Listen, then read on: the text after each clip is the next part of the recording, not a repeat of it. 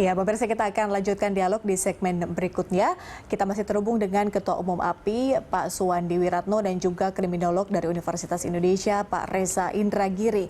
Saya ingin ke Pak Suwandi di segmen ini. Pak Suwandi, tadi ada juga highlight ya yang saya ambil atau saya bold lah istilahnya dari statement dari Pak Reza. Ini terkait dengan bagaimana kemudian cara mengantisipasi agar tidak terjadi atau ditemukannya debitur yang macet seperti itu, Pak Suwandi. Apakah mungkin sebelumnya sudah dilakukan survei, kemudian juga mungkin ada sedikit perjanjian antara debitur begitu dengan perusahaan agar ini kejadian seperti ini tidak terjadi atau tidak terulang seperti itu. Kemudian tadi juga Anda mengatakan ada 4 kategori ya Pak Suwandi. Ada debiturnya ada, unitnya ada, dan juga 3 kategori lainnya. Nah, kejadian yang kemarin itu masuk dalam kategori yang mana Pak Suwandi? Ya, saya jawab yang kejadian yang kemarin dulu. Kejadian yang kemarin kategorinya debiturnya tidak ada, unitnya ada di tangan orang lain. Nah, jadi sudah beralih, berarti sudah melanggar Undang-Undang Fidusia pasal 36. Nah, yang tadinya dari kasus perdata karena sudah terjadi peralihan, ini kan berarti sudah melanggar tindak pidana di pasal 36, hukuman penjaranya kepada debitur itu 2 tahun. Masalahnya Pak Reza, debiturnya nggak bisa dicari lagi kan? Debiturnya nggak bisa dicari, ada di tangan orang lain. Jadi si penerima gadai juga bisa kena pasal 480 sebagai penerima gadai. Nah, terkait situasinya bagaimana kita bisa menciptakan kualitas yang baik, tentu yang namanya hutang piutang dari zaman dulu sampai sekarang tidak bisa kita hindarkan yang namanya hutang bermasalah ya Pak Reza ya. Di perbankan pun juga ada yang namanya hutang bermasalah yang kita kenal dengan non-performing loan, di kami namanya non-performing financing. Namun kita berterima kasih dan apresiasi kepada OJK di mana OJK telah menyambungkan kami dengan pihak perbankan di April 2021, di mana ada namanya sistem layanan informasi kreditur. Artinya dulu nih, Mbak Patris, kalau dulu nih, kalau saya nakal ya, anggap Suwandi, saya nggak menyebut nama orang lain, saya nakal sebelum 2019, saya kredit di satu multi finance, sepeda motor atau mobil, saya nggak bayar, terus saya lari, terus akhirnya pokoknya mobilnya bisa dieksekusi, saya jadilah kredit macet. Tapi nggak ada wadah untuk melaporkan si Suwandi ini macet sebagai debitur macet. Nah, akhirnya saya bisa juga mendapatkan pinjaman dari multi finance lain karena saya punya data bagus, tapi saya punya karakter jelek.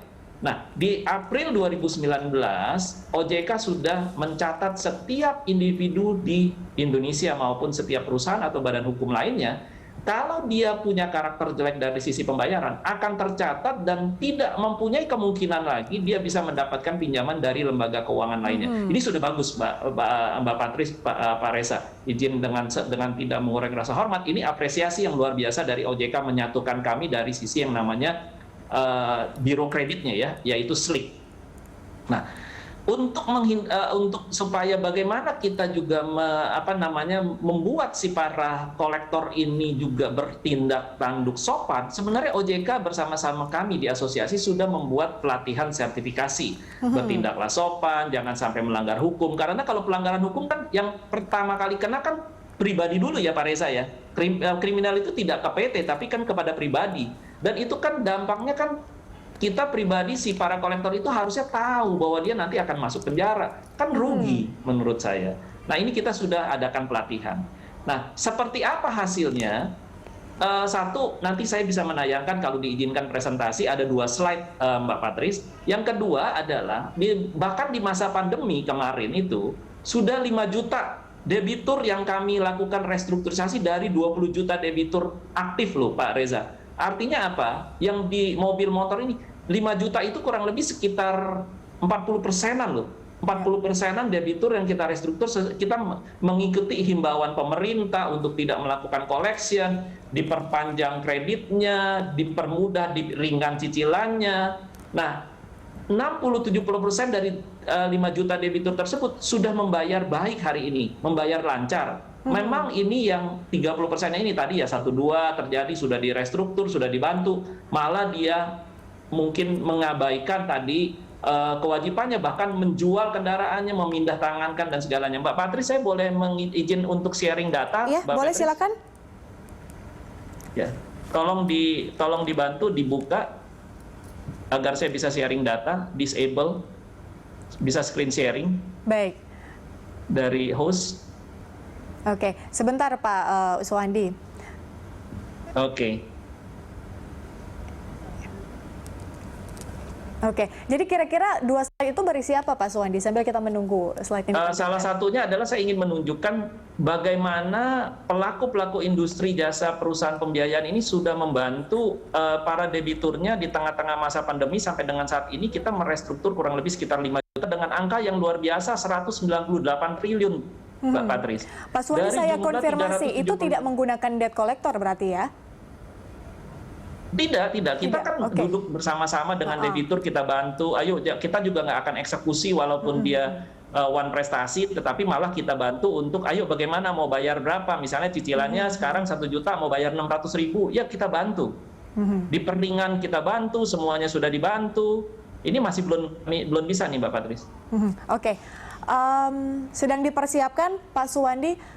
Saya mungkin... Ya, jadi kita sudah bantu seperti itu, Mbak Patris, dan juga saya ada data dari Yayasan Lembaga Konsumen. Artinya begini, masa-masa yang tadi disampaikan oleh Pak Reza, bagaimana sih ini si para kolektor ini juga harus bertindak supaya dulu kan banyak sekali ya Pak Reza pengaduan ke Lembaga Konsumen tindak tanduk kolektor itu, debt kolektor itu kan kayaknya image-nya itu seperti debt collector jelek banget gitu loh, pakai kekerasan dan segalanya.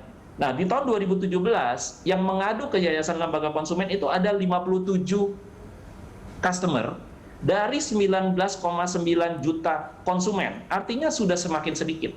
2018 itu ada 24 konsumen saja yang mengadu dari 20,7 juta konsumen. 2019 meningkat sedikit, 32, 57, 42, 32 konsumen dari 26 juta debitur yang ada di perusahaan pembiayaan. Artinya apa? Artinya bahwa sebenarnya kami sudah berusaha menurunkan pengaduan konsumen terkait tindak tanduk kolektor yang melakukan tindakan-tindakan yang meresahkan dalam proses eksekusi.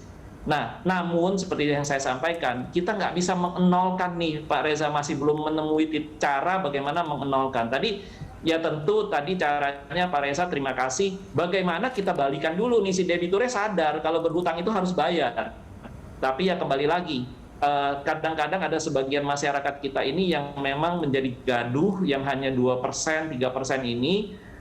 Mereka ini udah nggak bayar, mengalihkan, memindah tangankan, menjual, sehingga kita tuh kadang-kadang sedih saja gitu loh. Kurang baik apa? Debitur itu nggak punya dana, punya DP-nya kecil ya, tetapi tiba-tiba terus kita bisa bisa membelikan mereka kendaraan, mobil, motor, STNK, DPKB-nya kita kasih atas nama dia, Pak Reza. Ya. Tapi karena adanya undang-undang fidusia, kita berani. Karena undang-undang fidusia itu menyatakan bahwa walaupun DPKB dan STNK-nya atas nama si debitur, tapi semasa dia memberikan kami sebagai pemberi fidusia dan kami penerima fidusia semasa kredit, manakala dia one prestasi, kita bisa eksekusi. Nah, eksekusi pun juga kita nggak boleh sembarang jual kendaraannya, peraturannya harus kita lelang. Kalau dilelang ternyata harganya itu melebihi daripada hutangnya, ya kita harus kembalikan dananya. Kita ada aturan mainnya loh. Karena kita ini kan ada regulatornya. Nah, kalau kurang kita bisa menagih. Sampai hari ini dengan tidak mengurangi rasa hormat saya, kurang pun kita mana bisa menagih. Orangnya sudah mengatakan saya sudah tidak bisa membayar. Pak Suwandi, kami mohon maaf mungkin slide-nya belum bisa kami tampilkan. Di sini ada kesalahan teknis, tapi paling tidak sudah digambarkan tadi ya isi slide-nya dari Pak Suwandi. Saya ingin minta tanggapan dari Pak Reza. Tanggapan Anda Pak Reza, pernyataan tadi Pak Suwandi sudah panjang lebar menjelaskan. Kemudian titik temunya jadinya di mana nih Pak Reza?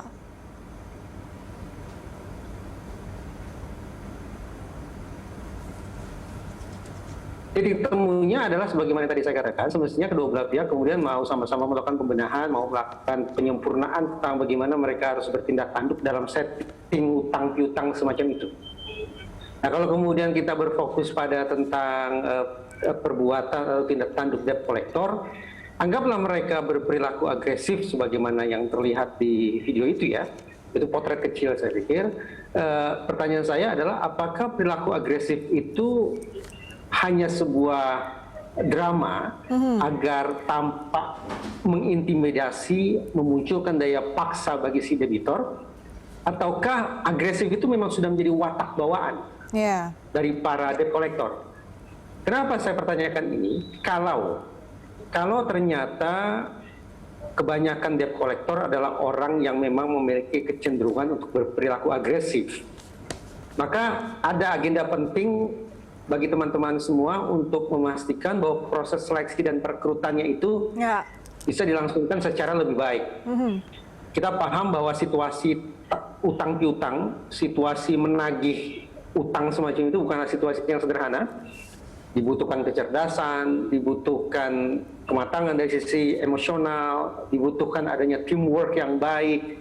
Maka saya bayangkan bahwa untuk merekrut debt collector yang memiliki semua kompetensi semacam itu, syaratnya haruslah diperketat.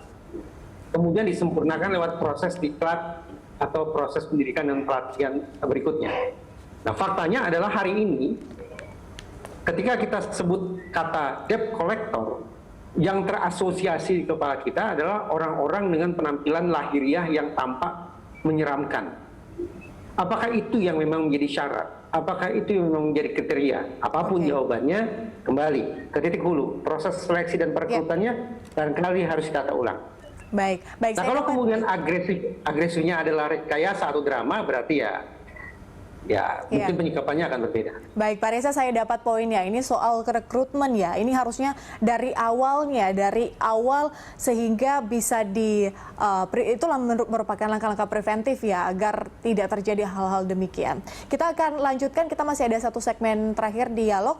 Pak Suwandi juga Pak Reza, kami akan kembali usai jeda. Pemirsa tetaplah bersama kami, Langsung akan segera kembali.